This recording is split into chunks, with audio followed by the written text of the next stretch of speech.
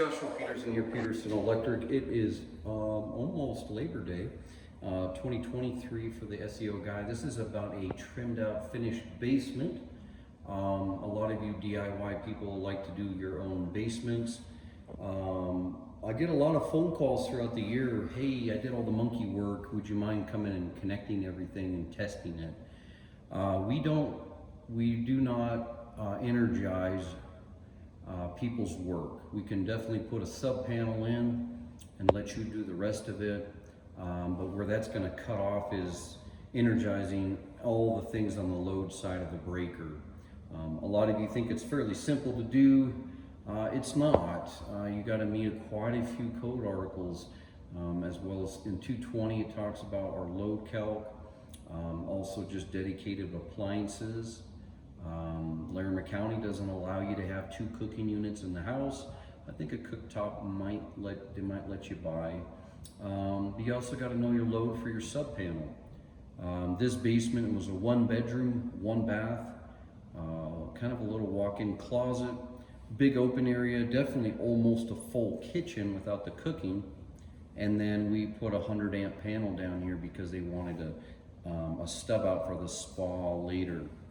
So you have to keep a lot of that in mind when you're bringing down a panel. We like to definitely have more circuits than none. There are a few competitors here in Loveland, Colorado. It is hard to beat them on competitiveness when really they're just doing 3 volt amperes per square foot for a basement that's small. They'll run 3 circuits to 4 and call it good. Code is definitely more than that on a situation like this with the kitchenette. So real quick, I'll show you around what we did. A lot of it also, you got to think about your switching. We have a 3-way coming up and down, a 3-way coming across. This is the layout of the kitchenette, a full living space over there. In here, it's just a mechanical area, but they did drywall, so we still had to have an outlet in here. We already had one here. We still had to meet our code requirement of our panel, so there's space all the way around it.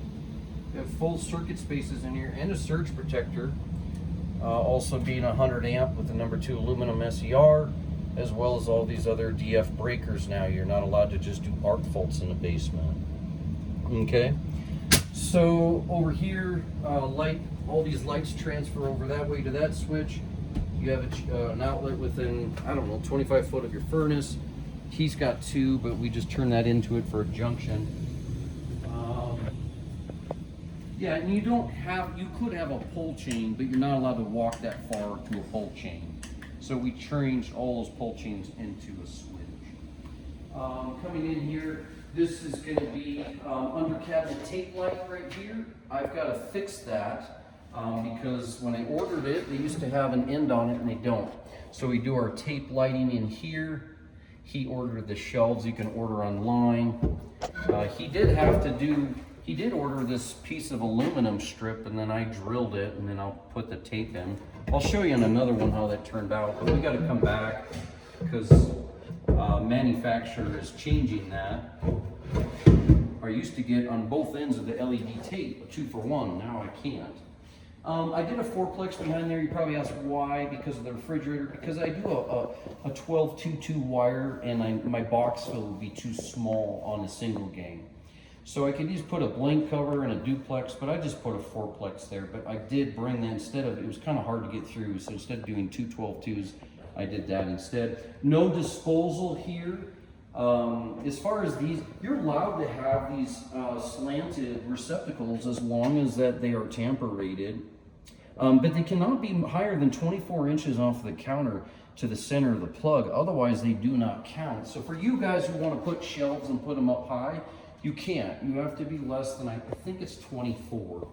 But we went ahead and just dimmed this. This didn't turn out as well as I wanted it to, but there was no space with the framing back there to do it. But he wanted a light there, otherwise I would have skipped it because this tape light's going to be just nice. So a separate light switch here for the pendants. These are non-dimming type of pendants, so I could not dim them. And then right here was for that, and then the tape light. Okay, so over here, we have a switch here that does all of these other lights. Go and look that way. That way. I am. So that does right through here. And then that three-way all the way around for the bedroom. Okay. He did want to do this right here. This is separate here because I had to have a ceiling fan because of the height. So I put a 14.3 and a separate light. Over here, he wanted these two lights together. Okay, and then here is my, you can see on the left one it's not lit up, but that's because I need to get more tape. Again, I had to get 6 kits instead of 3. But that turned out real pretty. And then all of those wired right in here. So this is a nice closet, accessible later that I ran out my wire to get to my location of my kitchen and my under there. Okay, so in here, there's going to be an electrical fireplace in here. So again, I ran another 14.22 wire here and split it. I have one wire doing just this TV and a few outlets, and I have the other wire coming over here just doing the fireplace and 2 outlets. Okay, I have that outlet upside down because I'm going to switch something there later. And then right here, you have to have a little cubby hole. I wish I could get this open for you. But this is a nice little cubby hole where you put your outlet and the fireplace just plugs in right in here. So as far as those tapes go, those turned out really sweet. Just a standard LED tape. But yeah, he routed that wood. So I'm gonna ask him how he did that. I'd love to be able to do that in my own house. Just did some connections on there and popped that puppy right on, and it's easy serviceable. So I made sure I didn't make really tight connections. For you homeowners, you always love to do these little teeny splices. You can do shit with it later. Right here is a smoke detector and a CO detector. Now he's gonna do barn doors. So you have to be attentive that your outlet's not behind your barn door, nor is your switch. So the switches were here. On the inside, since that's the barn door there, the switches are to the left because of the framing. In here, it looks like a lot of outlets, but again, guys, you gotta meet your 612 rule. Up here, this had to be a ceiling fan rated box. So I did run a 14.3 up, and I can isolate this one over here later separate from this one if I want to put that on the remote, okay? But for now, they go together, but there's 2 switches. And this is our TV wall. Hopefully they pay attention that the panel is right behind here so they don't drill through. And I'll tell Dale again to be careful not to drill into the panel or you're gonna wreck the panel plus trip the main breaker. So you put a little access hole here because he has a water shutoff valve. That was real smart. And then in here, guys, this is kind of the first time I've done one of these. This is a towel rack. I'm going to do this in my basement next year. This is pretty sweet. They hardwire up onto there. And you just put it right there. So we had to have this already pre-bought and measured. There's a lot of switches in here, but they wanted to divide it up. This one we did vanity separate. We did over here. I always put a shower trim wet rated. We could not do it to the center because of the mechanical. So you look at it like, why didn't he center it? It's always easy to criticize when we haven't roughed it in. Right here is just a simple light fan, and here's a heater. This was a dedicated circuit just for this heater right here by itself, as well as that fireplace.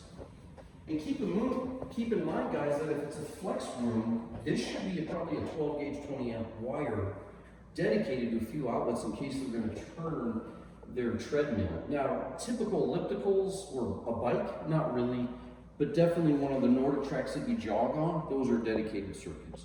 A lot of those questions we asked ahead of time on heating and extra circuits, exercise, things of that nature.